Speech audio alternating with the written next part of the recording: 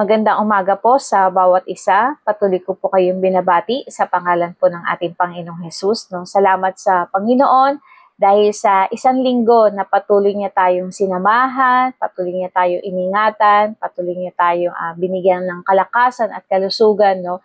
Sa mga nangyayari sa ating paligid, no? Sa ating bansa, at patuloy na sa ating mga personal din no? Na mga struggles, no? Andyan ang Panginoon na lagi tayong binibigyan ng kapayapaan. Amen? So, today po, ang atin pong pag-uusapan is about sa spiritual atmosphere for prayer. So, 3 weeks ago, natapos po natin yung spiritual stature in prayer. So, naintindihan natin na binigyan po tayo ng Panginoon ng stature, no? Para meron po tayong right standing, no? At 7 po yan na ating tinalakay, no? Subalit, may pagkakataon pa rin na kahit alam natin na meron tayong right standing sa Panginoon, no, nahihirapan pa rin tayo na makapasok, no, lalo na sa panalangin. May pagkakataon na nararamdaman natin or na discern natin na may mga hindrances, no? Hindi dahil na meron tayong nagawang pagkakamali o guilty tayo sa isang kasalanan or meron tayong mga unconfessed sin. But alam mo, nadediscern mo na may hindrance no, sa ating panalangin. No? Naranasan niyo po ba yung ganong pagkakataon na parang ang hirap makapenetrate no, sa prayer? No? Ito po yung pag-uusapan natin sa umagang ito. Yun nga po yung spiritual atmosphere. No? Mahalaga na maintindihan natin ano ba yung nangyayari no, kapag tayo ay nananalangin. No? Bago po ako magpatuloy, tayo po muna ay manalangin. Panginoong Ama, maraming salamat sa oras na to. We're so thankful, Panginoon, na binigyan mo kami muli ng pagkakataon upang makapag-aral, upang makapakinig, Lord, ng iyong salita. Patuloy ko dalangin, Lord, open the scripture for us, Panginoon. Open our spiritual eyes, our spiritual ears, Panginoon, upang marinig at makita namin ang pagkilos mo sa umagang ito. Patuloy, God, na pangunahan kami ng iyong banal na spirito, Panginoon, na anuman Lord yung matatanggap namin Panginoon ay tulungan mo po kami na maunawaan, tulungan mo po kami Lord na maisapamuhay ito. Ito Lord ang aming dalangin sa pangalan ng iyong anak na si Jesus. Amen. So umpisahan po natin sa definition of term. So ito po yung madalas na mababanggit natin, yung atmosphere at yung conducive. So pag sinabing atmosphere, ito po yung surroundings, yung environment, yun po yun. No, at yung nag-i-influence sa atin. At yung conducive, ang ibig sabihin po ay helpful, favorable, beneficial, and useful. So, kaya pag sinabing conducive atmosphere, provides the right condition to foster a desired outcome. So, katulad natin, ngayong season, di ba, season ng Pasko, yan. Kaya makikita natin yung mga decoration, di ba, sa mga mall kapag pumunta ka, andyan na yung mga Christmas light, may Christmas tree, di ba? May mga garlands, nagkagandahan na mga pan-decorate. No? Para maramdaman mo talaga yung atmosphere ng Christmas, di ba? Kahit sa mga songs of choice sa music, di ba? Doon sa mga mall, talagang pampasko. Yan. Kahit sa ating mga tahanan, di ba? Dinedecorate natin yung ating mga bahay para talaga maramdaman no, natin na Pasko na. Yan. Even din sa kung anong event na meron tayo, di ba? Nagde-decorate tayo para yung ano yung gusto nating maging outcome, maramdaman in the atmosphere. Yun. So, sabi dito, sa spiritual atmosphere means are the invisible heavenly forces that influence the physical world. No, they can godly or ungodly and affect the mood, action, and even spiritual climate over a person. No, parang yung nangyari po kay sa Daniel 10, kung familiar po kayo sa storya, 'di ba? Na nagkaroon talaga ng spiritual battle in the atmosphere, no, nung nananalangin si Daniel, nagkaroon nga ng delay, no, yung pagsagot ng Panginoon no, sa kanyang prayer. At nandun na sinabi ng Bible na nagkaroon ng battle no between sa mga anghel ng Panginoon at sa anghel ng kaaway no. At andun na talagang tumulog pa, no, si Angel Michael, no, dahil nga siya ay nakipagbuno dun sa sinasabi ng King of Persia. No, tandaan po natin, no, the devil will hinder, no, our prayers, no. Kaya napakahalaga na yung atmosphere talaga is maging conducive, no, para makapasok tayo, makapenetrate tayo in prayer. Yan. Kasi the Bible give us insight, di ba, into spiritual atmosphere. Makikita natin yan sa Ephesians 6:12. Sabi, di ba, ng salita ng Panginoon, our struggle is not flesh and blood. So, hindi siya physical, but against the rulers, against authorities, against the power of this dark world, and against spiritual forces of evil in the heavenly realms. No, tulad nga nung nangyari, no, sa senaryo, no, doon sa Daniel 10. Yan, kung gusto niyo po, basahin niyo po mamaya. But Paul reminds us that physical realm is just one part of the story. So, naniniwala tayo na merong physical world at merong pong heavenly world, no? Sabi dito, there are unseen forces at play to succeed in spiritual warfare. We need to discern, no? Kaya kailangan, no, meron tayong discerning in the spirit talaga para alam natin, no, ano yung nangyayari, di ba?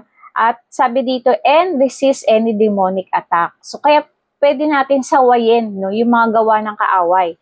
Yan, sabi dito, the spiritual atmosphere for prayer, the atmosphere must be conducive for us to invade the heavenlies in prayer and intercession. Diba? Parang ma-dominate po natin yung spiritual atmosphere, diba? Gumagawa tayo ng mga way, para mas maging madali para sa atin. Halimbawa, di ba, bago tayo mag-pray, andyan yung nag-worship muna tayo sa Panginoon, di ba? Nakikinig tayo ng worship, nagbabasa tayo ng Bible, di ba? So, yun yung mga maaring maging helpful, no, sa atin para yung panalangin natin maging smooth, di ba? Sabi dito, the ability to create the atmosphere give us to prevail in prayer. So, when the atmosphere is charged with faith, no, kailangan natin ng pananampalataya kapag tayo po ay mananalangin. And expectation of hope, it will energize the prayer warriors to take prayers to the next level of breakthrough. So our words will affect our spiritual atmosphere. That's why we need faith. No? Kailangan natin ng pananampalataya. We need to declare what we want to see. No? Ano po ba yung gusto natin makita? Ano yung gusto natin maging outcome? No? So, kung ano po yung gusto nating na maging outcome, so, kailangan yung words po natin, no, mahalaga po yung napaka-powerful, di ba? Alam po natin na napaka-powerful ng ating words. Kaya, gamitin po natin yung ating words, di ba? Para kung ano yung gusto natin makita, anong gusto natin mangyari, yun po yung ating sasabihin. Yan. Sabi dito, our ability to create that kind of environment is crucial in prevailing in our prayer. The inability, no, kapag hindi daw natin nagawa, hindi natin na-set yung atmosphere, sabi dito, might have caused most prayer warriors to underperform and see minimum results in prayer. So, tayo po, meron po tayong kakayanan, no? We can shift, no, negative spiritual atmosphere into the positive one. So, mahalaga na yung alam natin, no, paano ba i-shift, no, kung nararamdaman natin, na-discern natin, na parang ang negative ng atmosphere, parang hindi maganda yung atmosphere. So, tayo po mismo, baguhin po natin, no? Baguhin po natin. Sabi dito, sa Luke 5, verse 15 po, basahin ko. One day, Jesus was teaching and Pharisees and the teachers of the law were sitting there. They had come from every village of Galilee and from Judea and Jerusalem. And the power of the Lord was with Jesus to heal the sick. So sabi dito, though all the negative elements were gathered in Jesus' name meeting, the power of the Lord was present for him to perform healing.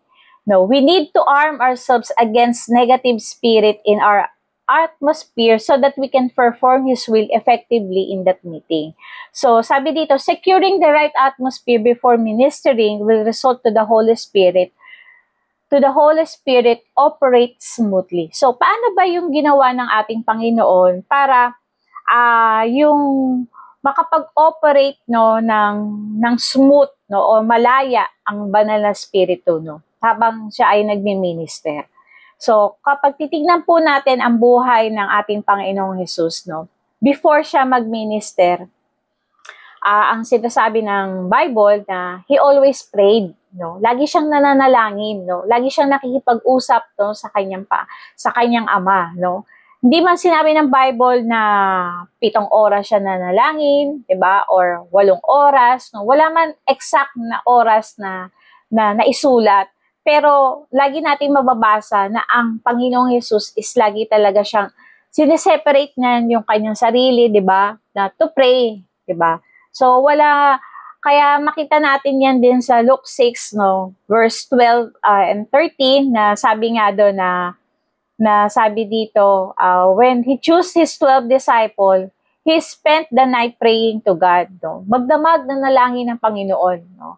He prayed all night, no. Makita din natin yan sa Mark 1, verse 35, no. Jesus waking up a long while before a daylight, no? Bago magbukang liwayway, nananalangin ang Panginoon, no? Bago talaga siya mag-minister, no?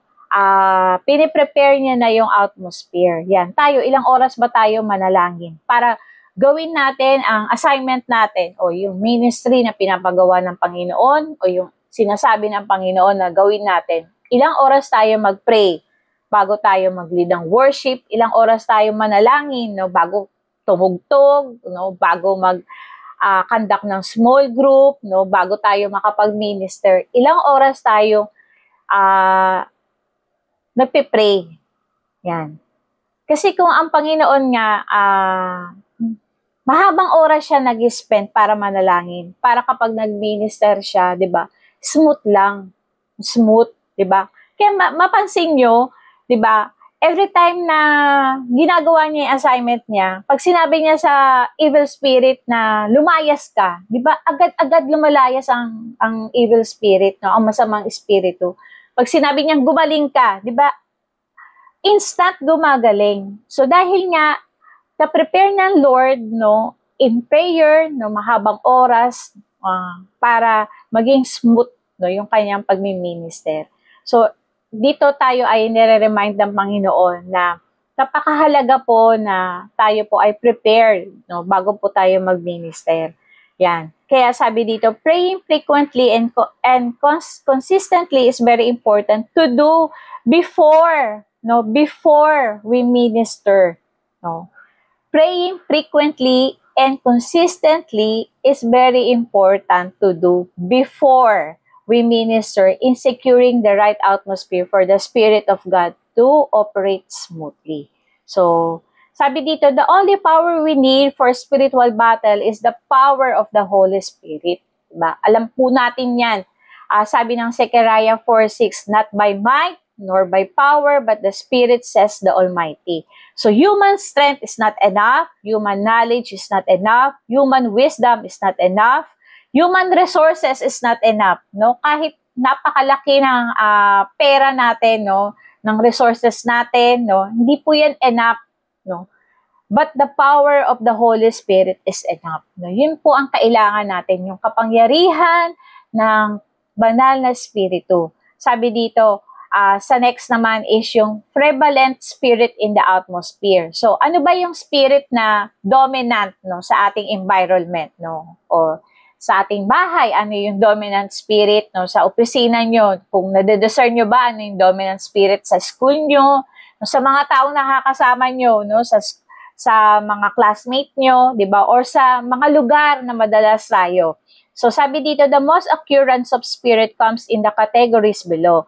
They are always there trying to shut out the operation of God's wisdom, God's kingdom purposes and God's proceeding word. Those who are leaders and carriers of His word and spirit must deal with the spirit so that the atmosphere could be clean and free from hindering spirit. Yan. So, ito po yung pag-uusapan natin, no?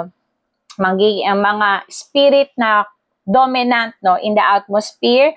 So, 7 po to na ating tatalakayin at number 1, sabi dito is the spirit of intimidation. So, the spirit of intimidation causes us to fear inferior and cause us to belittle ourselves until we give in the external pressure and act carelessly. So, makita natin yan sa Numbers 13 verse 33. Sabi dito, we saw Nephilim there. The descendants of Anak came from the Nephilim. We seem like grasshopper in our own eyes and we look the same to them. Yan, sabi sa Tagalog, nakita namin doon ang mga higante, sila ay mula sa lahi ni Anak, mga tipaklong lamang kami kung ihahambing sa kanila. So, makita natin dito, no, yung nakikita ng mata natin, malaki po yung epekto nito sa atin, di ba? Kaya nga lagi natin ipag-pray, Lord, open my spiritual eyes, no? Dahil kapag bukas yung ating spiritual eyes, no, hindi tayo magpo-focus, no, sa natural na nangyayari. Diba? Halimbawa, marami tayong nakikita na yan, problema mo, diba? Napakalaki, napakahigante. Pero kung bubuksan natin yung ating spiritual eyes, ang makikita po natin yung kamay ng Diyos, diba? Mas makikita natin na there is a big God, no, dahil sa atin, kahit na napakalaki yung problemang nasa harapan natin. Kaya, di ba, lagi natin na paulit-ulit na sinasabi, di ba, last week pa, di ba, tignan natin kung sino tayo sa harapan ng Panginoon. Kasi sabi dito, the spirit of intimidation will succeed, no, if we don't see ourselves as God sees. Our identity with God will help us to overcome this kind of spirit that will freeze and stop us to do what God wants us to fulfill. Yan. So, wag po natin maliitin yung sarili natin. Wag natin tignan na para tayong grasshopper, no, na katiting lang tayo, di ba? Wag natin tignan na hindi natin kaya. No, ang tignan natin yung kakayanan ng Diyos natin. Amen? So, if we know who we are in Christ, di ba? Last week, sinasabi natin yan. O kung hindi pa natin kilala kung sino tayo, no, sa Panginoon, ano sabi, 'di ba? Find out, no, no. Hanapin natin, no, i-search natin, no. Saan natin i-search, no? Sa kanyang mga salita, find out who we are in God's word. Kaya, wag po tayo ma-intimidate, no, sa mga bagay na nakikita natin. Sabi ng Deuteronomy 1:28, paano tayo makakarating sa lupaing iyon? Nakakatakot palang pumunta roon. Mas malalaki pala kaysa sa atin ng mga tao roon, malalaki ang lungsod at ang pader ay abot sa langit. May mga higante pa roon. Diba? Makita natin na yung spirit of intimidation, nagpo-produce po to ng fear, no? But lagi natin tandaan yung sinasabi ng Panginoon. Ano ba yung lagi sinasabi ng Panginoon sa atin? Do not fear. Huwag kang matakot. Diba? Na maging yung assignment natin is malaki. Yung assignment man na pinapagawa ng Panginoon ay mahirap sa paningin natin. But panghawakan po natin yung mga pangako ng Diyos sa atin. Amen? So sabi din ng Nehemiah 6:12 verse hanggang 13, na pag-isip-isip kung hindi isinugo ng Diyos si Semaya. Binayaran lamang siya ni Sanballat at Tobias upang ako'y bigyan niya ng babala. Sinuhulan lamang nila siya upang takutin ako at itulak sa pagkakasala. Sa ganung paraan, masisira nila ang aking pangalan at ilagay ako sa kahihiyan. So yan, sabi ko nga, fear, no, yung binibigay ng spirit of intimidation para talaga wag nating gawin yung assignment natin. Kaya sabi dito, we must know that we have been commissioned to lead people. We are deputized in His name and we must not let the enemy into our mind and paralyze us from within to cause to become frightened and act according and sin for the spirit of intimidation to have leverage in this meeting. Diba? Kaya may pagkakataon talaga na kapag nabibigyan tayo ng assignment, tumatanggi tayo kaagad kasi natatakot tayo, no, na-intimidate tayo, mas marunong pa siya sa akin di ba? Ay, mas magaling siya sa akin, no. Ganun yung binibigay ng kaaway na mindset sa atin, no, inilalagay sa ating isipan. Sabi ko nga kanina, lagi nating panghawakan yung mga pangako ng Diyos, no. Kung meron pinapagawang assignment sa atin ng Panginoon, no, He will provide no, kung ano yung pangangailangan natin. Sabi dito sa pangalawa na spirit na dapat na aware tayo at kailangan nating ma-deal talaga is yung the spirit of harassment. Sabi dito, this is an act of evil spirits to continually harass our minds and emotion to take our focus away from what is important and is priority. The harassment bombards our mind to give it our full attention and our spiritual energy. So this distraction when entertained can lead to worry, anxiety, stress, and other such emotional and mental pressure. It will cause us to act with impatience and inaccurately. It can vex our spirit and we can feel drained of our energy. We lose our composure in our minds and thoughts. So yung spirit of harassment, no, ang goal talaga nito is na mailayo tayo no sa assignment natin. Kasi 'di ba, yung harassment minsan is mental, no? Makaka-experience tayo ng harassment na verbal or physical. 'Di ba? Yan yung mga nangyari 'di ba sa mga disciples, 'di ba? They experience nila yung mga persecution at makita din natin na sa nangyari sa kwento kay Nehemiah, 'di ba? When time na i-rebuild nila yung wall, 'di ba? May mga harassment no sa kanila. Kaya nga sabi doon na gumagawa sila, they work sa isang hand nila at sa kabila, no, meron silang para go to war, no, para pakikipaglaban. So, makita natin talaga yung harassment, pwede rin natin ma-experience to. Halimbawa, sa mga kabataan, sa school nyo, andyan yung mga bullying, no. So, talagang mararamdaman natin yung pressure, diba? Yung ang kaaway talaga, ipuput ka talaga niyan na all sides, no? Ipipressure ka, no? Sabay-sabay yung problema, no? Sunod-sunod, yan. Pati yung mga nakaraan, yung mga setbacks talagang maaalala mo. So talagang paulit-ulit na i-remind sa'yo yung mga hindi magandang nangyayari hanggang maramdaman mo na nadidrain ka, di ba? Kaya minsan hindi man physical yung harassment, hindi man verbal, pero mentally, yan. Kaya ano ba yung patuloy na inilalagay ng kaaway sa ating isip, no? Sabi ba ng kaaway, hindi mo yan kaya? Diba? Ayan ka na naman, nag-uumpisa ka na naman. O, diba? Sasabihin ng kaaway, hindi mo papagtatagumpayan yan. Diyan ka na lang, hanggang diyan ka na lang. Failure ka, loser ka. Yun ba yung mga negative na nilalagay ng kaaway sa atin? Yan, paulit-ulit na lang yung pagkakamali mo, no? Talagang sinisiksik niya no, sa ating isipan, no, para makaramdam tayo na, ay, oo nga, no, hindi nga ako good enough, oo nga, no, failure ako, no. Tandaan po natin na anything from the devil is lies. Yan, walang mabuting nagmumula sa kanya. Diba? Ang kaya niya lang gawin talaga sa atin is to throw accusation, no, iharas tayo, diba? No. So, don't give in to Satan's arrow of lies that will cause our minds and emotion affected. Yan. Huwag po natin hayaan yung kasinungalingan ng kaaway. No? Patuloy na maapektuhan po talaga yung ating mentalidad at yung ating emotion. Yan. Kasi nga, harassment is the next level of spirit of intimidation. No? The spirit of harassment tries to isolate the believers from his or her destiny. Diba? Makita natin yung mga taong nakaranas ng harassment. Diba? Most of them talaga, tinatago nila yan.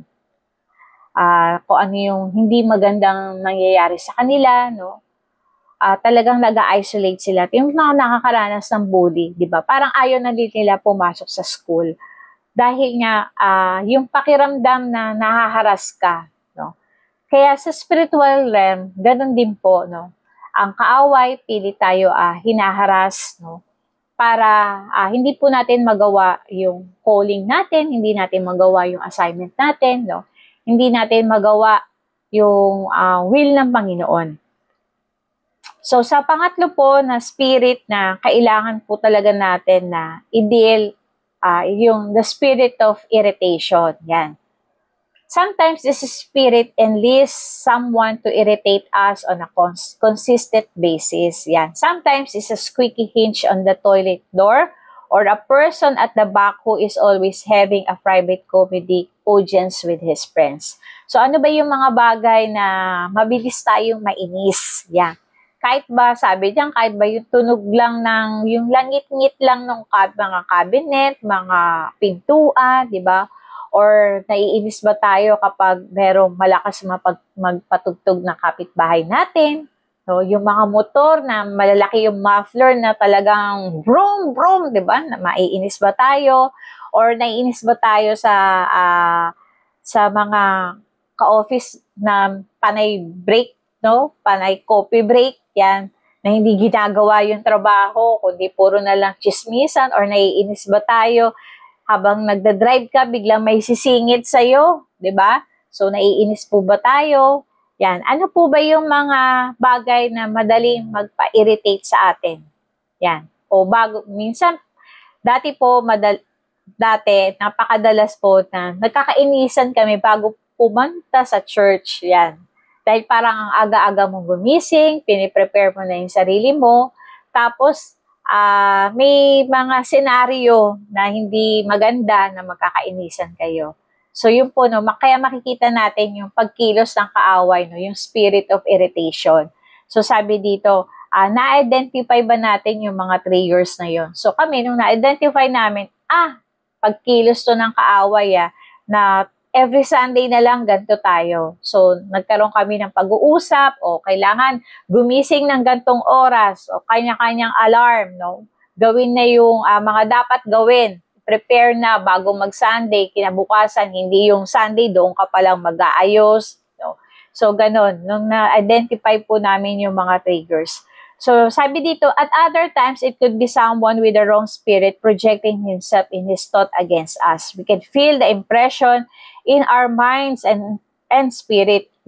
If we lack maturity, we can attack it from the front and lose our spiritual ground of authority. When we attack the negative, we will give it prominence. It will start to grow with our attention. Always start the negatives but feed the positive. Yan. Minsan ba, napapatulan na natin yun? Kaya sabi dyan, no, kapag hindi na tayo mature, di ba, talagang papatulan mo na lang yung mga bagay na nagpapainis sa'yo, no? Kaya sabi dito, this kind of spirit sometimes we're not aware. That is the subtle move of the devil, di ba? Minsan hindi tayo aware na pagkilos na yun ng diablo.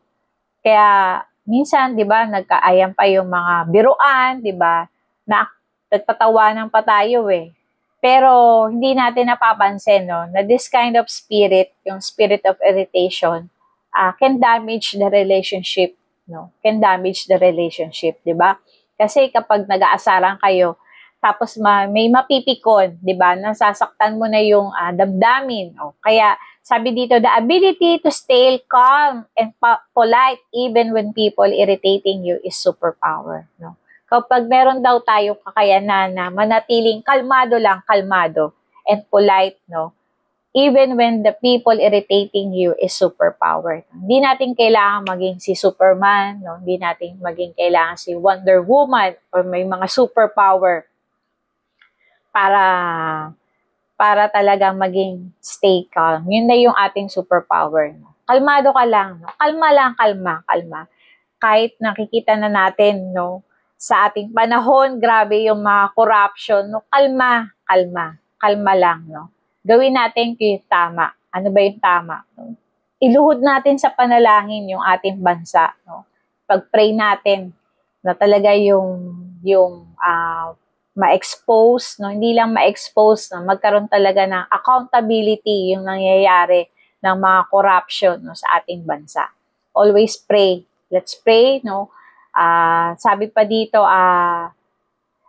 take every negative feelings captive instead of refueling your anger emotion. This prevents irritation from growing into rage. Diba, pakita natin sa kalsada, diba, malamang yung mga nagkakaroon ng road rage is nag-umpisa lang yan sa nainis ka, no? Maaring nasingitan ka, diba? So, pero kaya sabi dyan, take every negative feelings, no? Sawatahin na kagad natin. Kung nakaramdam ka ng inis, no, pakalmahin po natin yung ating sarili, lalo na sa kalsada. Dahil napakarami pong hindi natin makokontrol yung emosyon ng iba. So, kailangan kontrolin na lang po natin yung emosyon natin. Diba? Natuwa po ako dati sa Cebu. So, kung hindi po nagkakamali no, sa aking memorya, sa mga signage nila doon, no, ang sabi doon na yung mag-ingat sa pagmamaneho dahil may pamilyang nag-aantay sa iyo. So, tandaan po natin yun. Pag nasa kalsada po tayo, kalma lang po tayo dahil may pamilyang nag-aantay sa atin. Amen? So, pang-apat is the spirit of deception. Yan, ito, familiar tayo kasi madalas nating naririnig to eh. The spirit of deception is often identified by the people who have inaccurate perception of truth. Yung akala mo nasa tama na, diba? Their prejudice, their ignorance, or lack of desire for God's word. The hunger for God's speak and to reveal will often be lacking when the spirit of deception operate in a congregation. The churches that desire truth and flow of revelation are hungry for His voice to be heard. They desire prophecy and will not despise it. Na, makita natin sa 1 Thessalonians 5:19 hanggang 20. Sa Magandang Balita, Biblia. Sabi po dito, huwag ninyong hadlangan ang Espiritu Santo. Huwag ninyong baliwalain ang anumang pahayag mula sa Diyos. No? Para po hindi tayo maging inaccurate, no? Para hindi po tayo ma-deceive at para yung spirit of deception ay wag po na manatili or talagang andyan sa atmosphere. Sabi diyan, wag po natin hadlangan ang banal na Espiritu. No? Let the Holy Spirit do His job. Diba? Ano ba yung job ng Holy Spirit? No? To lead us in all truth. No? Kaya patuloy natin i-expose yung ating sarili no, sa mga katotohanan no, para madali natin makita yung kasinungalingan at yung panlilinlang ng kaaway. Diba? Kaya nga sabi din ng Pahayag 19:10, nagpatari pa ako sa kanyang paanan upang sambahin siya. Ngunit sinabi niya sa akin, huwag mong gawin iyan. Ako may alipin tulad mo at tulad ng iyong mga kapatid na nagpapatotoo tungkol kay Jesus. Ang Diyos ang sambahin mo sapagkat nagpapatotoo tungkol kay Jesus ang diwa ng propesiya. So dito no, na pinahinto no si John no. Si John po yung kausap dito ng anghel eh. Nung pinahinto si John ng anghel, nung siya ay nagpataripa no, nung sasambahin niya yung angel, no, sabi ng angel sa kanya, "Huwag mo akong sambahin", no. Sabi niya, "Pareho lang tayong servant, pareho lang tayong lingkod." So ang dapat na sambahin ang Panginoon, no. Kaya huwag tayong mag-worship sa mga angels dahil ang mga angels nandyan para po mag-minister sa atin. At maging maingat din po tayo at wag po tayo ma-deceive. Baka wino-worship na rin po natin yung kapwa lingkod natin. So, malinaw po na sinasabi ng salita ng Panginoon na ang dapat natin sambahin ay ang tangi, no? Ang Panginoong Hesus lamang. Tangi lamang ang Panginoon ang dapat natin sambahin. Yan. The devil will deceive you, then he will control you. So kapag na-deceive na tayo, di ba, makokontrol na po tayo eh. Sabi dito, the center of what we testify must be about the works of Jesus Christ, His life, death, and resurrection. Kaya anything po na pagtuturo against po sa buhay, sa kamatayan, at sa pagkabuhay muli ng Panginoon ay deception po yan, no? So, kaya sabi dito, paano ba natin madidiscern yung deception? Paano natin malalaman na baka dinideceive na tayo o nadideceive na tayo, di ba? Sabi dito, evaluate the teaching, di ba? Yung mga naririnig natin, di ba? Yung mga tinatanggap natin, evaluate po natin yung teaching, di ba? Tulad ng mga taga-Berea, sabi sa Acts 17:11, now the Berean Jews are more noble character than those in Thessalonica, for they receive the message with great eagerness and examine the scriptures every day to see if what Paul said was true. So, pag sila nakapakinig kay Paul, no, ginagawa nila, no, pinag-aaralan nila, no, in-examine nila, totoo ba yung sinabi? Biblical ba yung sinabi ni Paul? So, ganun po, para wag po tayong ma-deceive, wag po tayo maging inaccurate, no? Kailangan evaluate po natin yung teaching. So, pangalawa, words and action must be one. Yan, lagi natin itong naririnig. Kailangan, hindi pwedeng iba yung sinasabi, iba yung ginagawa. Dapat po, iisa po yan. So, pangatlo po, yung bunga, yung fruits. Ano ba yung dapat na maging bunga? No? Kung sinasabi na siya ay believer, ano ba dapat ang maging bunga? Kung sinasabi niya siya ay mula sa Diyos, ano po ba yung bunga? Diba? Kaya nga sabi ng Matthew 7 verse 16a, you will know them by their fruits, sabi ng Panginoon. No, ano ba yung dapat ng bunga? No, makita natin yan sa Galatians 5:22 to 23. Sabi dito, the fruit of the Spirit is love, joy, peace, patience, kindness, goodness, faithfulness, gentleness, and self-control. Against such things there is no law. So, dapat makita natin to yung bunga. No. Sabi dito, the spirit of deception operates heavily as a spirit of error, not wanting to hear God's word, God's voice fresh. It will resist the voice of God as fresh light, which can push out darkness that been around for a long time. Diba? Na kapag yung ayaw mo na makarinig ng mga bagong revelation, sabi dito, everyone is susceptible to spirit of deception. Pride can prevent you from seeing your own errors. No? Lahat daw tayo, maaari na madaya, maaari tayong ma-deceive. So, pag andun yung pride natin, ito daw yung magpe-prevent sa atin na hindi natin makita, nagkakamali ka rin. Nagkakamali din tayo. Sabi dito, remaining humble and teachable is a safeguard against enemy's snares. Kaya patuloy po tayo talaga na mas maging malalim yung ating relationship sa Panginoon, lalo na sa banal na spirito. Kasi ang Holy Spirit nga, ito yung magli-lead sa atin in all truth upang maiwasan po natin na tayo po ay ma-deceive ng kaaway. Sabi, sa panglima, the spirit of confusion. The spirit of confusion is the result of the spirit of deception that is prevalent in the congregation. The people are hearing many voices with many perception and tradition of men. Yan, pag masyado tayong maraming pinapakinggan, na iba-iba, nandun na maaari tayong maka-experience na naguguluhan ka na, nalilito ka na. Kaya, hindi naman tayo pinagpabawalan na makinig sa iba, but yung pakinggan natin, yung magre-reinforce sa ating mga teaching, makakatulong sa ating teaching. Sabi dito, the spirit of confusion will force listeners to take sides of the truth delivered and take offense when truth is contrary to what they view as truth. There is no apostolic authority of doctrine and people believe everything and anything. Kaya hindi pwede rin na paniwalaan natin agad lahat ng naririnig natin. Diba kasi sabi nga ng 1 John 4:1, dear friends, do not believe every spirit, but test the spirit to see whether they are from God, because many prophets have gone out into the world. So, test natin. Test the spirit kung ito ba ay galing sa Diyos. Sabi dito they are free to choose their own water level and their comfortable stream of perception and thought. We need to move this group of people into the highest possible voice of authority and disciple them. So, kaya, yan, tayo lagi din nire-remind na magkaroon po tayo ng mga discipleship, ba? They must continually respond to truth from apostolic source. They cannot settle down for their comfortable level of personal reflection. Atmosphere that are saturated with spirit of confusion need a strong voice of authority.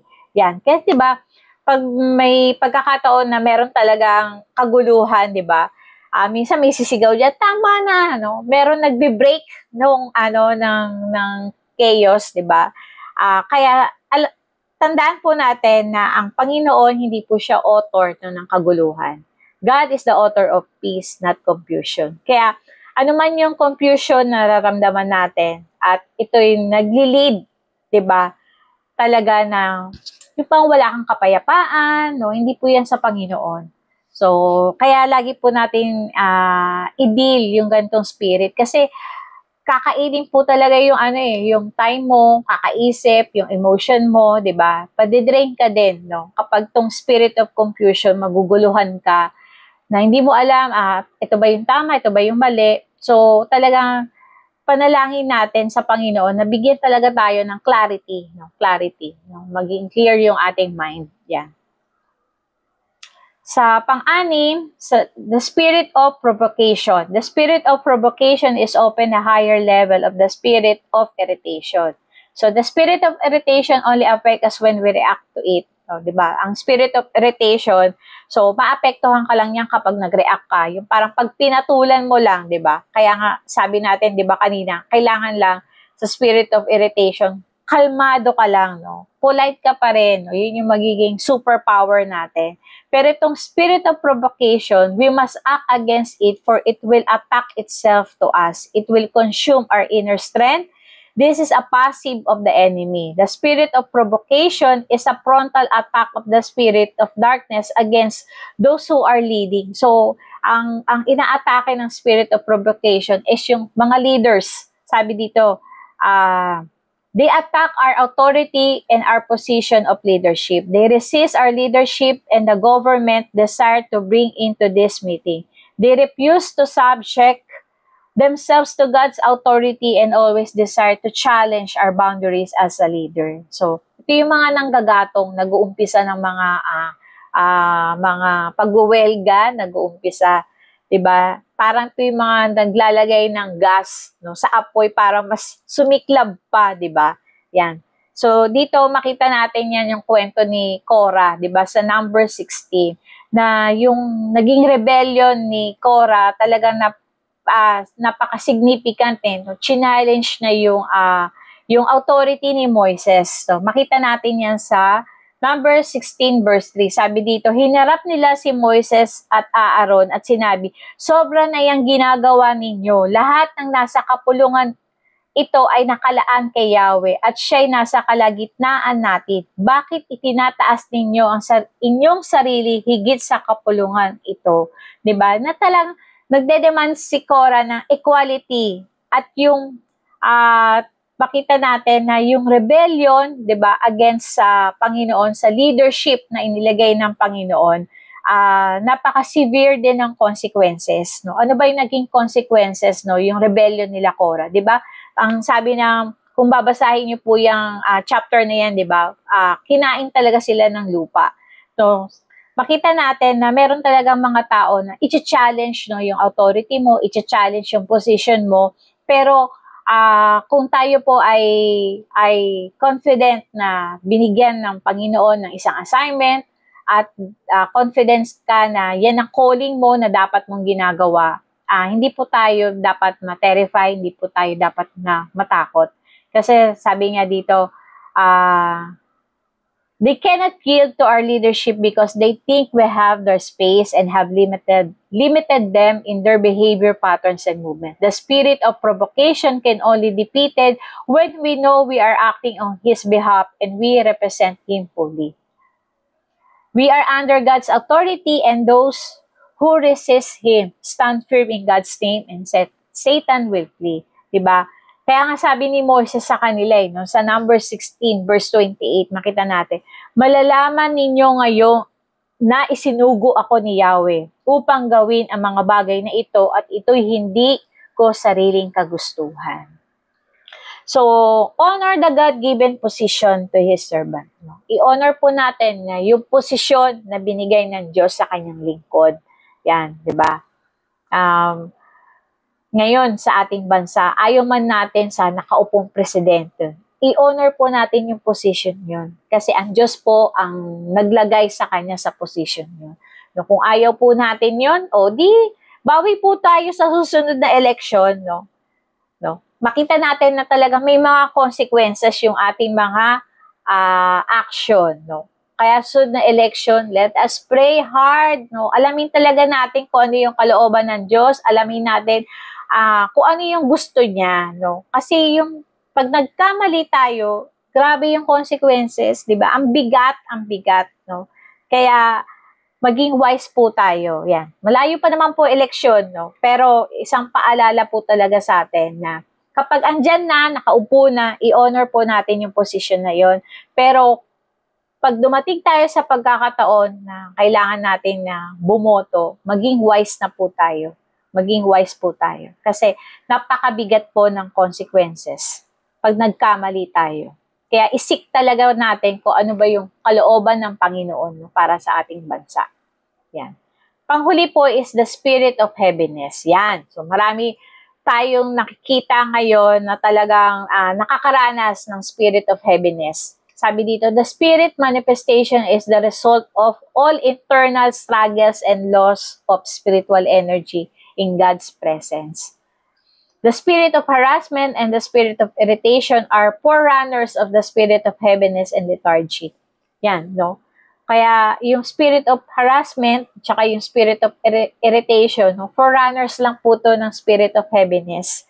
So the continual and open ongoing battle in the spirit world and our spirit leaves us depleted and diffused. Diba yung nararamdaman mo na para ka ng sinasabi lang nauupos na kandila. Tandaan natin, ang spirit of heaviness, hindi po yan agad nangyayari. No? Hindi mo agad yan nararamdaman. No, naiipon yan. Naiipon sa nagdaang araw, nagdaang panahon. Kung hindi tayo marunong na laging, kung ano man yung dinadala natin, kung hindi tayo marunong na magbigay, no, i-turn over kay Lord yon, maiipon po yan sa atin. Kasi di ba, wag po natin hayaan, no, na talagang magpugad sa atin to eh. Kasi one day, pag naramdaman mo na exhausted ka na mararamdaman mo na ang bigat-bigat na, punong-puno ka na, sasabog ka na lang, di ba? Dahil hindi mo na kaya eh. Sobrang bigat na. Sobrang bigat na. Parang kumbaga sa isang baso na puno, kapag natabig mo lang yan ng konti, no, matatapon na yung laman. Kaya lagi nga tayong nire-remind ng Panginoon na, di ba, yung paan niya, na yung kanyang invitation na tayo ay laging lumapit sa kanya. No? Ano man yung bit natin, wag po natin ipunin yan.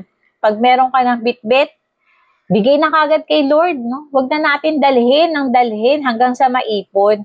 Kasi kung may ipon po natin yan at natabig, di ba, lalabas po yan. Ano yung laman yan? No? Kaya sabi dito, we need to pray in the Holy Spirit and in the most holy faith and pray in tongues to replenish our spiritual trust, no? Kapag may problema po tayo, manalangin po tayo, no? Manalangin tayo. Talagang spend natin yung oras natin, no, in prayer, no? Kung hindi na natin alam yung sasabihin natin o sabi niya, pray in tongues. Gamitin po natin yung ating spirit of tongues, no? Para i-pour out talaga sa Panginoon yung laman, yung bigat na nararamdaman natin. Sabi, we need to keep our spirit buoyant and charged to rise above this tormenting spirit that hinder accurate atmosphere from being built. God must train our hands for war against the spiritual in the atmosphere so that we can discern what we are going to do against them. So kaya kailangan talaga yung tayo ay yung discernment of the spirit ay sharp. Diba? Parang pag alam natin na andyan na yung atake ng kaaway, no? Talagang sawayin na kagad natin. We can find an accurate strategies to build well an atmosphere conducive for the Holy Spirit to move in power and might. No? Kaya, ano ba yung mga strategies na kailangan natin gawin para talaga ma-shift natin yung bad atmosphere na maging conducive, no, para sa Holy Spirit na makakilos, no? How the atmosphere be conducive to invade the heavenlies for prayer. Yan. So, dapat meron po tayong strategy, no, na plan na kapag eto na nararamdaman mo na yung spirit na to, alam mo na yung gagawin mo. Wag na yung hayaan na lang natin na talagang yung spirit is talagang atakihin tayo. We need to fight back, no? We need to fight back, no? Labanan po natin, i-resist po natin, di ba?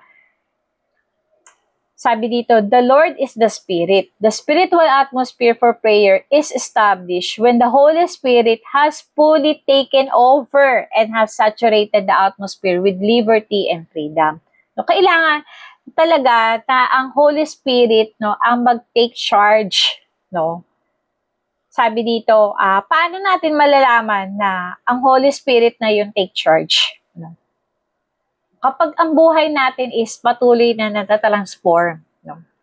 Ibig sabihin, ang Holy Spirit na ang nagte-take charge, no? Siya na yung patuloy na inaalaw natin. So, kaya hindi pwede yung pamumuhay natin talaga walang nababago. Kaya dito, sabi dito sa 2 Corinthians 3:17 and 18, ngayon binabanggit ditong Panginoon ay ang banal na Espiritu. So, ang tinutukoy na Lord, na Lord dito is yung the Holy Spirit, no? At kung ang Espiritu ng Panginoon ay nasa isang tao, malaya na siya. So, malinaw po, no? Kapag ang Holy Spirit ay nasa atin, tayo po ay malaya na. Malaya na po tayo sa anumang ginagawa ng kaaway sa atin, no? Ng pandilyan lang. Malaya na po tayo sa anumang bagay na naghihinder sa atin para gawin natin yung kalooban ng Panginoon. Malaya na po tayo sa mga strongholds, no, na dati na nagiging bigat natin, di ba? Para wag nating gawin yun. May kasalanan tayo na hindi, na parang, alam mo yun, yung lagi na lang binubulong ng kaaway sa'yo na ginawa mo yun, no? Malaya na po tayo doon. Kaya sabi dito, at dahil naalis na ang takip sa ating isipan, nakikita natin ang kapangyarihan ng Panginoon. So the very presence of the Spirit brings liberty and freedom to a person. Kaya napakahalaga po talaga na ang Holy Spirit, no, ang maging Lord, no, para magkaroon po tayo ng liberty and freedom.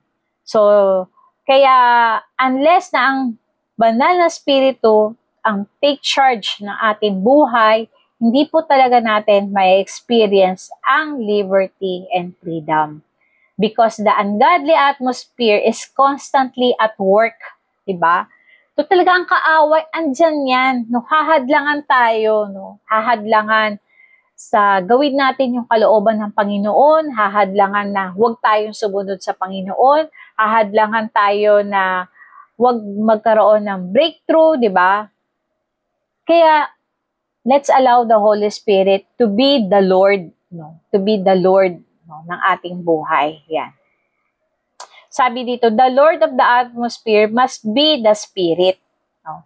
Dahil maraming hang spirit, di ba? Andyan ang mga evil spirit. At yung spirit natin, minsan, di ba, ang gusto maging Lord. Yan. So, it must be saturated with spirit life and spirit presence. He must override every other negative spirit. No? Kailangan, no, mas mag-override or mas mangibabaw, no, ang banal na spiritu, no. Sabi dito sa Ephesians or sa Tagalog po, mga taga-Epeso 2 verse 1 and 2. Sabi dito, nung unay patay kayo dahil sa inyong pagsuway at mga kasalanan. So ito yung kalagayan ng mga taong walang relasyon sa Diyos, no. Patay pero buhay. Sabi dito, sinusunod ninyo noon ang masamang takbo ng mundong ito at napailalim kayo sa prinsipe ng kasamaan ng ang espiritong naghahari sa mga taong ayaw pasakop sa Diyos. So kung ayaw nating pasakop sa Diyos, no, ang espiritu daw na naghahari sa atin is yung prinsipe ng kasamaan. So para maging conducive po ang atmosphere, dapat yung ating inner man, yung ating spirit, kailangan po talaga ay pangunahan ng banal na spirito, no? Kailangan, dahil kung pangungunahan po ng banal na spirito ang ating buhay, magkakaroon po talaga tayo ng bagong spirito. Yan. So, makita natin dito, the Holy Spirit can lead a person to the right atmosphere if they are obedient. So, kailangan talaga yung ating pagsunod. So sabi ng Genesis 1 verse 2, ang lupa'y walang hugis o anyo. Dilim ang bumabalot sa kalaliman at kumikilos ang Espiritu ng Diyos sa ibabaw ng tubig. So the Holy Spirit was brooding over the surface of the waters. He was hovering above the darkness and over the void in the atmosphere.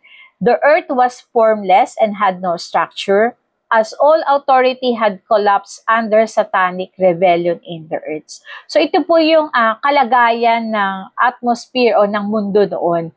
no, formless, no, sabi nga, ito daw ay disorder. Yung void, ito daw ay confusion. At yung darkness, ito daw po ay ignorance. So, ganito po ang kalagayan ng isang tao na wala pong relasyon sa Panginoon, no? Sabi dito, the Spirit of the Lord clear the atmosphere by being present. The Lord is the Spirit. He must take charge and take over. He must arrest the negative spirit and create conducive environment for God. Before He could create the earth, He needs to brood over and charges up the atmosphere with spirit life and get ready for the Father to speak the word and begin the process of recreation of the earth. So, makita natin dito naman is yung the Spirit is the Lord. Where the Spirit is made Lord, no, kapag nga ang Holy Spirit, no, ang Lord na, ibig sabihin, ano ba ibig sabihin ng Lord, no? Siya na yung master, siya na yung masusunod. Kapag ang Holy Spirit na ang master, kapag ang Holy Spirit na ang masusunod, sabi diyan, there is liberty in the atmosphere. There is no resistance of negative spirit and hindrances to contaminate the atmosphere. So, di ba, smooth na, no? Sabi dito, the air is crisp and clean. It becomes conducive for God encounter. It becomes like a cool of the day when the God sought for a man and walked with God. So, makita natin na yung pagkilos ng banal na espiritu ay smooth, no? Walang hindrances. Makita natin yan sa Genesis 3, verse 2, sumagot ang babae, maari namin kainin ang anumang bunga sa halamanan. So, ito po yung verse na to na kung saan na tinanong ng serpent, no, si Eve, no, na kung sinabi ba ng Diyos na hindi nila dapat kainin yung mga bunga sa halamanan. Pero ang sabi diyan ni Eve, di ba, maaari namin kainin ang anumang bunga sa halamanan. So, yung naging sagot ni Eve dun sa serpent is with positive and truth about God, no? Dahil nga makita natin na nung hindi pa nagkakasala, no, ang tao, no, ang relationship nila sa Diyos ay napaka-smooth at napaka-intimate po. Sabi nga dito, this is the atmosphere we need to create for prayer to take place. This atmosphere is saturated with divine elements of peace and with His presence, di ba? Na ang dapat daw po na relasyon natin, no, na ma-experience po talaga natin yung presensya ng Panginoon, ma-experience po talaga natin yung kapayapaan na nagmumula sa Lord. Kasi sabi dito, there is no conflict in the environment. No, there is no contention of the soul of man. There is no contrast in the atmosphere with the consciousness of God in our spirit. Yung alam natin, sa sarili natin na malinis tayo, no? Yung konsensya natin walang bumabagabag, no? At alam natin na meron tayong right standing sa Panginoon. Kaya anytime talaga na pwede tayo makipag-commune sa Panginoon, anytime pwede tayo makapag-pray, di ba? Na walang magiging hadlang, di ba? Na talagang yung connection natin, yung frequency natin sa Lord is maayos, no? Sabi dito, God gave man a freedom, but don't use our freedom to sin against Him. No? Binigyan tayo ng kalayaan ng Panginoon, pero wag natin gamitin yung ating kalayaan, no, para po tayo magkasala. Yan. So, our spirit must be subjected, no? Tandaan po natin, our spirit, so sabihin natin, my spirit must be subjected and submitted to the Spirit of God, no? Para there is no spiritual blockage, no? Para walang maging hadlang, no? Kailangan tayo po ay nagpapasubmit, tayo po ay subjected, no, sa spirito ng Panginoon. Yan. Maging subjected, maging obedient po tayo sa kung ano yung sinasabi ng banal na spirito sa atin. So, makakatulong din po na maging conducive yung atmosphere kapag meron po tayong face-to-face encounter. Sabi dito, we all have unveiled face that are able to see into the glory of God in the face of Christ. We talk to Him and fellowship with Him face-to-face. Diba? In fact, when we see Him, we see ourselves being changed into being more and more like Him. Yan. So, kapag patuloy po na nagiging intimate po ang ating relationship sa Panginoon, so, di ba, nakita natin yung kalagayan natin sa harapan niya, Kaya nga, napakahalaga po talaga yung personal encounter natin sa Lord. Dahil nga sa personal encounter natin sa Panginoon, doon po tayo makakaranas talaga ng breakthrough. Doon po tayo makakaranas ng transformation, di ba? Tulad na nangyari kay Abram, no? Nung nagkaroon siya ng encounter sa Panginoon, no? Nabago yung pangalan niya.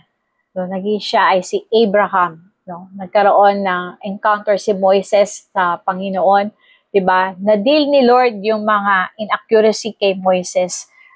Even kay Jacob, no? Nagkaroon ng personal encounter si Jacob, nabago yung lakad niya. No? Nagkapagkakaroon po ng pagbabago kapag meron po tayong encounter sa Panginoon. Kaya lagi po talaga natin i-desire na magkaroon tayo ng personal encounter sa Panginoon. So, napakahalaga po yun. Kasi kung wala po tayong encounter sa Panginoon, hindi natin na-experience ang Panginoon, wala pong pagbabago, no, na mangyayari sa atin. Yan, sabi nga, we cannot conquer what we cover. Sabi po yan ni Miles Monroe. Diba? Kaya kung may tinatago ka sa Panginoon, ayaw mo humarap sa Kanya, no? Hindi po natin mararanasan talaga yung totoong liberty, hindi natin mararanasan talaga yung totoong kalayaan. Kaya sabi dito, we look into a mirror for imperfection so that we can make adjustment to what we want and what is needed. Diba? Kaya nga tayo tumitingin sa salamin. Titingnan natin, may muta ka ba? O maayos ba yung buhok mo? May kilay ka pa ba? 'Di ba? Titignan mo maputla ka ba? At pag nakita mo yung imperfection mo, anong gagawin mo? 'Di ba? Inaayos mo, magsusuklay ka, no? Mag-eyebrow ka, magli-lipstick ka, 'di ba? Kaya maganda titingin tayo sa mirror, huwag sa cellphone. Kasi ang cellphone, marami ng filter. Tulad niya, may filter po yan cellphone ko. 'Di ba? Mahalaga na tignan po natin yung ating sarili, 'di ba? Tignan natin, check po natin yung ating sarili. At ma-check po natin yung ating sarili the more na tayo po ay nagkakaroon ng encounter sa Panginoon. Kasi makikita mo yung buhay mo. At ang gusto ng Panginoon, kaya laging gusto niya na magkaroon tayo ng encounter sa Kanya, is i-adjust natin, no, yung will natin sa will niya. Kaya sabi dito, when we see Him, we must adjust our lives to become conformed to the image of the firstborn Son. So, sabi kasi ng Romans 8:29, sapagkat sa mulat-mula pa'y alam na ng Diyos kung sino ang magiging sa Kanya. So, yun po, no, yung predestination, no? Alam na ng Lord kung sino yung magiging Kanya.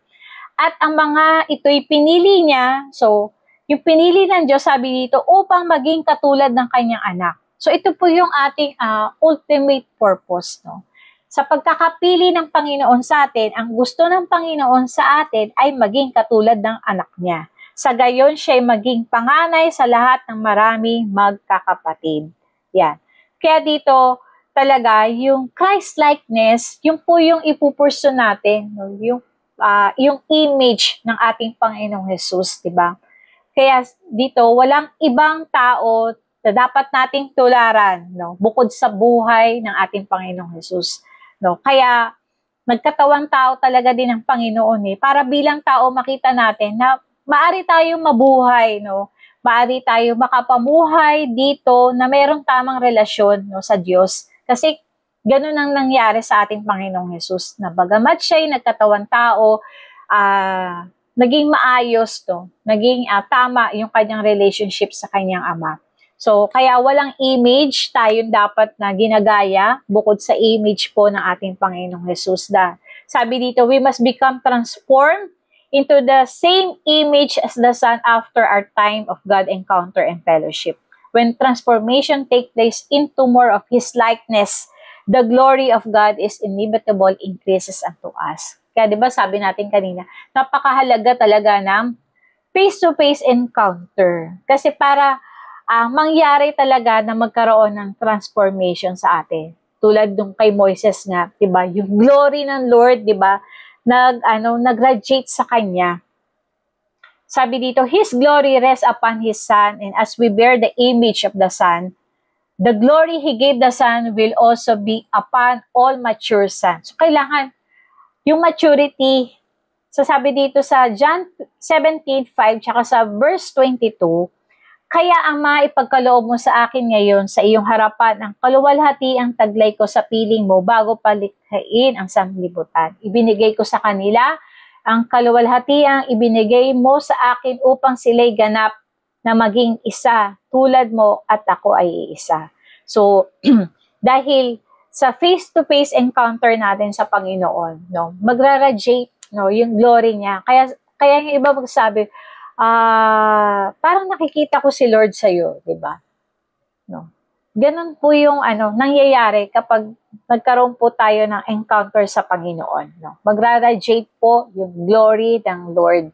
Yan, sabi dito, our transformation to the image of our Lord Jesus Christ is the confirmation that we are living under His will. No?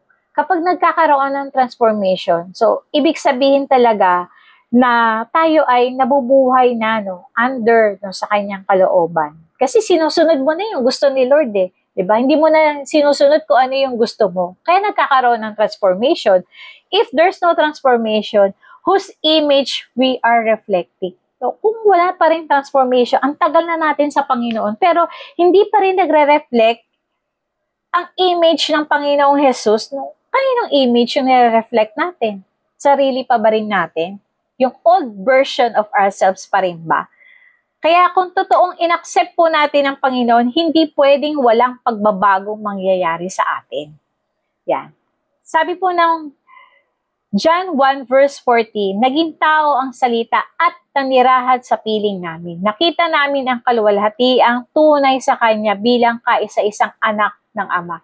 Siya ay puspos ng kagandahang loob at katotohanan. So, ang tinutukoy po dito ay ang ating Panginoong Jesus na nagkatawang tao dito sa lupa, na siya ay nakasama ng kanyang mga disciple. Sabi nga, this is the Father's purpose for our lives. This is from the Lord, the Spirit. This is the reason why the atmosphere for prayer and for fellowship must be saturated with His presence and peace. This will be the perfect harmony with the Godhead and we can be in Him totally. So, patuloy po na yung salita ng Panginoon ay maging isa sa atin. Ito nga yung sinasabi natin na yung salita na nababasa natin, na isa pamumuhay natin, nagiging buhay. Yun. So, sa conclusion po, yan, sabi dito, the devil cannot stop our prayers. No? Hindi po na mahihinto ng kaaway yung ating panalangin. But, he can lessen the intensity. Yung alam mo yung wala nang dating. Yun. Nananalangin ka nga pero wala nang dating. We need to guard our thoughts and words because it can create an atmosphere that can be conducive to invade the heavenlies in our prayer. So, bantayan po natin yung ating naiisip, bantayan po natin yung ating mga salita. Kasi yung mga pwedeng mag-create, anong atmosphere ba yung mapoproduce natin? Yung atmosphere ba na magiging conducive para talaga makapag-penetrate tayo sa ating panalangin? Sabi dito, let's engage to the things that welcome to the Holy Spirit. Ano ba yung mga bagay na makapag-welcome sa Holy Spirit? Diba? Kaya, yung nasabi ko kanina, tayo ay nag-worship, diba? Wini-welcome natin ang patuloy na pagkilos ng banal na Espiritu. We speak the word, diba? At sabi dito, the Holy Spirit continually working in us so that we can able to uncover the works of the enemies. Yan. Kaya kung patuloy na tayo po ay pinapangunahan ng banal na Espiritu, nakikita po natin yung gawa ng kaaway na i-expose yung mga spirit na maaring maging hadlang sa ating panalangin, yung tanalakay natin kanina, yung spirit of intimidation, yung spirit of harassment, spirit of irritation, yung spirit of confusion, spirit of deception, at yung provocation at yung heaviness. Kaya patuloy talaga na mas accurate yung ating connection sa Holy Spirit nang sa ganon. Madali natin makita yung pagkilos ng kaaway. Yung hindi ka ba magugulat na inaatake ka na ng kaaway. Sabi dito, ungodly forces is always there to block our prayers. Andyan lagi ang hadlang upang ang ating mga panalangin talaga ay pa-delay, diba? Sabi dito, we need to deal all the evil spirit dominating in the spiritual realm. So binigyan na po tayo ng power and authority ng Panginoon, no? Kung paano natin i-deal ang lahat ng mga nagdo-dominate na mga spirit, no, in the atmosphere. Kaya tularan po natin yung ginawa ng Panginoong Jesus. Ano yung ginawa ng Panginoong Jesus? Jesus always pray, so do we. So lagi po tayong manalangin. Let's spend our time, no, kung wala po tayong ginagawa or kahit may ginagawa po tayo, lagi po tayong makipag-commune, no, sa Panginoon para laging clear yung atmosphere, no. Madali tayo makakapag-penetrate sa panalangin. No, sabi dito, let's pray frequently and consistently. So, wag po natin pabayaan yung ating panalangin, no, patuloy na lagi natin i-clear, no, yung atmosphere. Amen? So, maraming salamat po sa inyong pakikinig. Salamat po sa patuloy ng pagtanggap ng salita ng Panginoon. At tayo po ay manalangin, tayo po ay magpasalamat sa Lord sa umagang ito. So, Panginoong Ama, maraming salamat sa natanggap namin na salita, Panginoon. Salamat sa pagtuturo mo po, Panginoon, na patuloy kami maging aware. I-discern namin, Panginoon, yung mga spirit, Panginoon, na nagiging hadlang sa aming panalangin, O God. Pero salamat na binigay mo sa amin, Lord, ang iyong banal na spirito. Binigay mo kami, Lord, ng power and authority, Panginoon, kung paano namin i-invade, Panginoon, ang atmosphere na kung saan magiging conducive, Panginoon, ng pagkilos ng iyong banal na spirito, O God. Salamat, Lord, sa bawat isa, Panginoon, na naglaan ng oras upang makapakinig sa iyo, Panginoon, sa umagang ito. Dalangin ko po, Panginoon, na tulungan mo po kami, Panginoon. Patuloy na i-lead kami ng iyong banal na spirito, Panginoon, sa lahat ng aming gagawin, sa lahat ng assignment na binigay mo sa amin, Panginoon. Patuloy namin magawa ito, Lord, na naaayon sa kalooban mo po, O God. Salamat din, Lord, sa patuloy na pagsagot mo po, Lord, sa aming mga panalangin. Salamat sa lahat ng answered prayer namin, Panginoon. Salamat, Panginoon, sa spirit of faith na binibigay mo sa amin, na lagi kaming umasa, Panginoon, dahil alam po namin na ikaw ang Diyos na hindi nagpapabaya sa iyong mga anak. Ikaw ang Diyos na lagi handang tumulong, Panginoon. Kaya patuloy, God, na tulungan mo kami, Lord, na isapamuhay yung aming mga narinig namin today. Patuloy kami na maging sharp, Panginoon, sa anuman ang ginagawa ng kaaway sa amin. Patuloy namin, God, na sawatahin agad, O God. Salamat, Diyos, sa kapangyarihan at salamat na sa authority, Lord, na ibinigay mo sa bawat isa. Lord, ikaw ang patuloy na magpala sa bawat mga anak mo po, Panginoon. Ikaw patuloy na magbigay sa amin ng kapayapaan, Lord, sa mga panahon na kami ay naguguluhan. Ikaw, Lord, ang patuloy na magpalakas. Ikaw patuloy na magpagaling, Panginoon. At Panginoon, ito ang amot sa dalangin sa pangalan ng iyong anak na si Jesus. Amen. So maraming salamat po at God bless us all.